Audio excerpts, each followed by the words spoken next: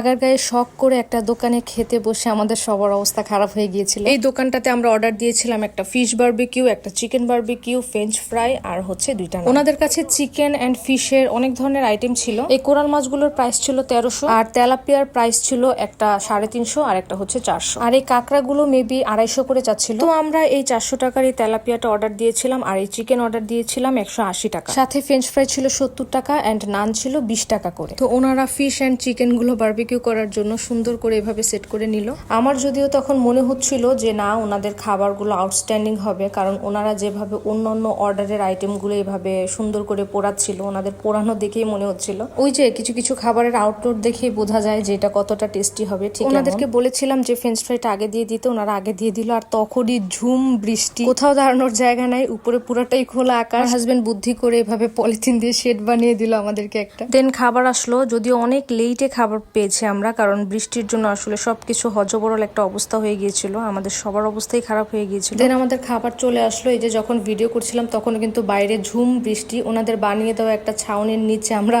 যারা যারা ছিলাম সবাই খুব গাদাগাদি করে বসছিলাম। আর এই যে আমি খুব কষ্ট করে ভিডিও করছিলাম, বাট ওনাদের ফিশ বারবিকিউটা অসাম ছিল, অসাম। মানে আমি আমার লাইফে বাহিরে এত মজার ফিশ বারবিকিউ খাইনি। আর ওনাদের এই চিকেন বারবিকিউটাও কিন্তু খুবই ভালো ছিল, খুবই মজা ছিল। বাট ফিশ বারবিকিউটা ছিল আউটস্ট্যান্ডিং। ওনাদের নান এবং ফ্রেঞ্চ ফ্রাইয়ের কোয়ালিটিও ভালো ছিল। আগারগাঁয়ে ওনাদের এই স্টলের নাম ছিল প্রিয় ক্যাফে। ওনাদের ফিশ অ্যান্ড চিকেনের বারবিকিউটা এতটাই টেস্টি ছিল যে বৃষ্টির মধ্যে এই ভোগান্তিগুলোর কথা মোটামুটি ভুলেই গেলাম।